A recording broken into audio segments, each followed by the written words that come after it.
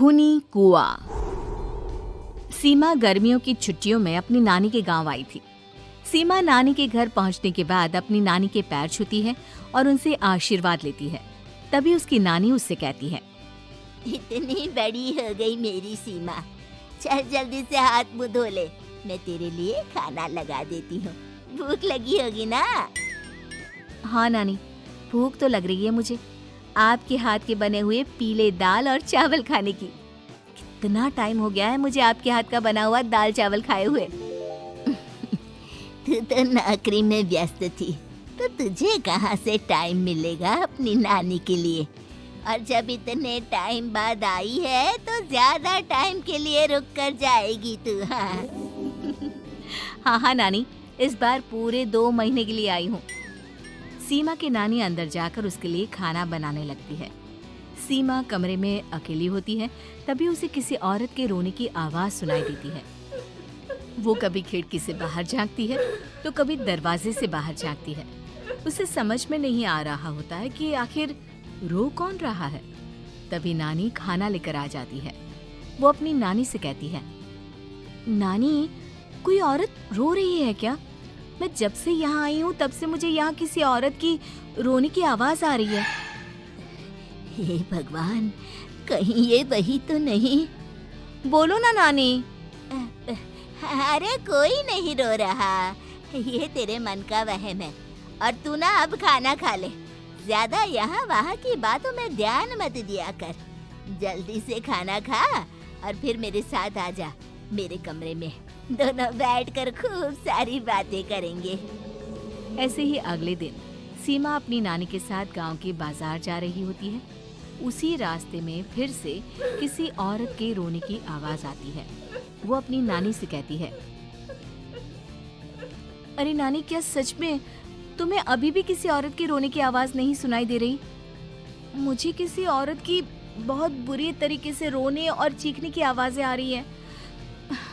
मैं बहुत परेशान हूँ नानी, आखिर ये कौन है? मुझे लगता है कि सीमा को शहर भेज देना चाहिए, यहाँ रहना उसके लिए ठीक नहीं। नानी बोलो ना, आप चुप क्यों हो जाती हो?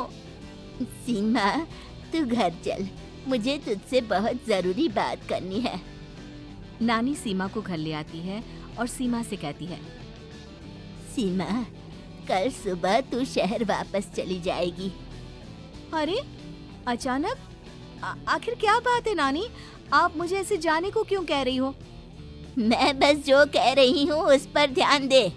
तू कल सुबह यहाँ से चली जाएगी, और ये बात मैं कोई मजाक में नहीं बोल रही।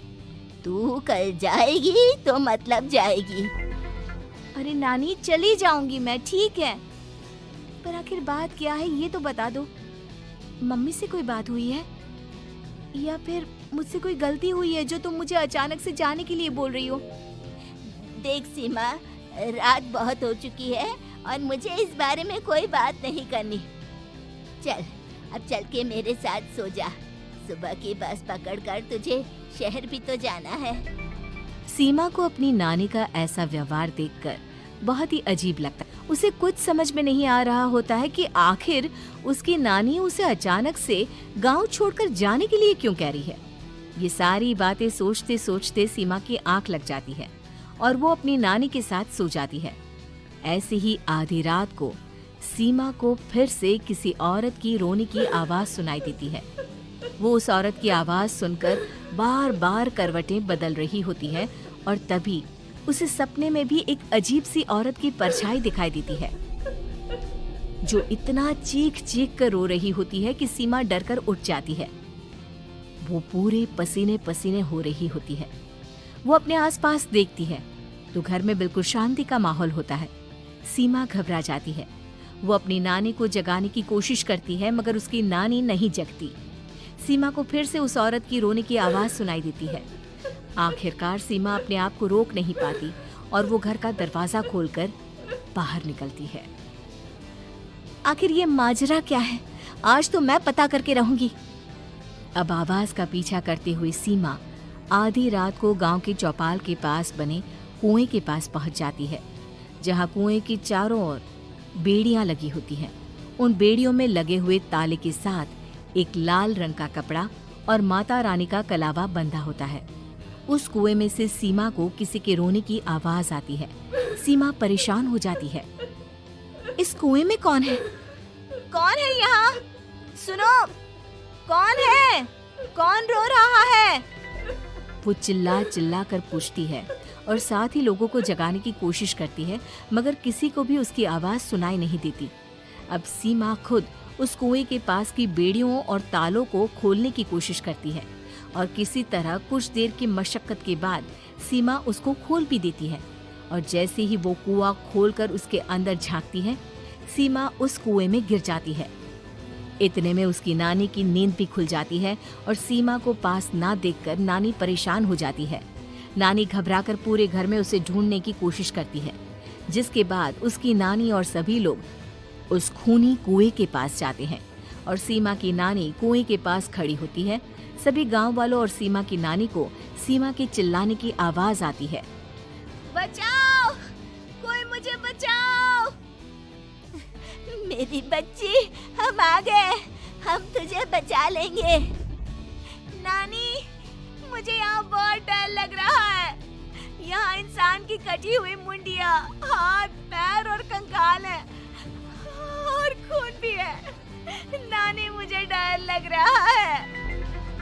आप सब मेरी मदद कीजिए, नहीं तो ये खूनी कुआं मेरी बच्ची को भी खा जाएगा। अरे मुझे तो ये समझ में नहीं आ रहा कि आखिर इस खूनी कुएं को खोला किसने। सालों पहले इसको इतनी मुश्किलों के बाद तांत्रिक बाबा ने बंद किया था। अरे पूरा गांव खूनी कुएं के बारे में अच्छे से जानता है, तो कोई भी जानबूझकर तो ऐसा करेगा नहीं। मतलब किसी ने अनजाने में इसे खोल दिया है भैया। सीमा को इस बारे में मालूम नहीं था और जब से वो यहाँ आई थी तभी से उसे किसी औरत के रोने की आवाजें भी सुनाई दे रही थी। कहीं सीमा ने ही तो उसे नहीं खोला। अगर ऐसा है तो फिर सीमा का बचना बहुत मुश्किल है। वहीं कुएं के अंदर सीमा रोते हुए बैठी होती है कि उसे आवाज सुनाई देती है जो कुएं के बाहर खड़े गांव वालों में से किसी को सुनाई नहीं देता। आज सालों के बाद मुझे ताजा खून मिलेगा। तेरा खून पीकर आज मैं अपनी प्यास बुझाऊंगा।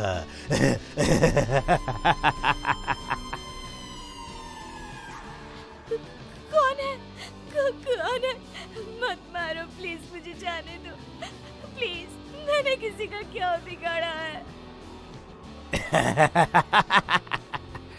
वो तुझे मरने के बाद पता चल ही जाएगा। जितने में गांव वाले और सीमा की नानी कुछ सोच पाते, उतने में उन्हें सीमा के चिल्लाने की आवाज आती है और अगले ही पल सब शांत हो जाता है। क्या हुआ? सीमा, मेरी बेटी। माफ करना बहन, लेकिन अब सीमा वापस नहीं आएगी। हमें एक बार फिर से कुएं को बंद करना होगा। गांव वाले तभी तांत्रिक को बुलाकर लाते हैं। एक बार फिर अपनी शक्ति से तांत्रिक बाबा उस कुएं को हमेशा हमेशा के लिए बंद कर देते हैं और वहां एक बोर्ड लगा दिया जाता है कि यहाँ आना मना है।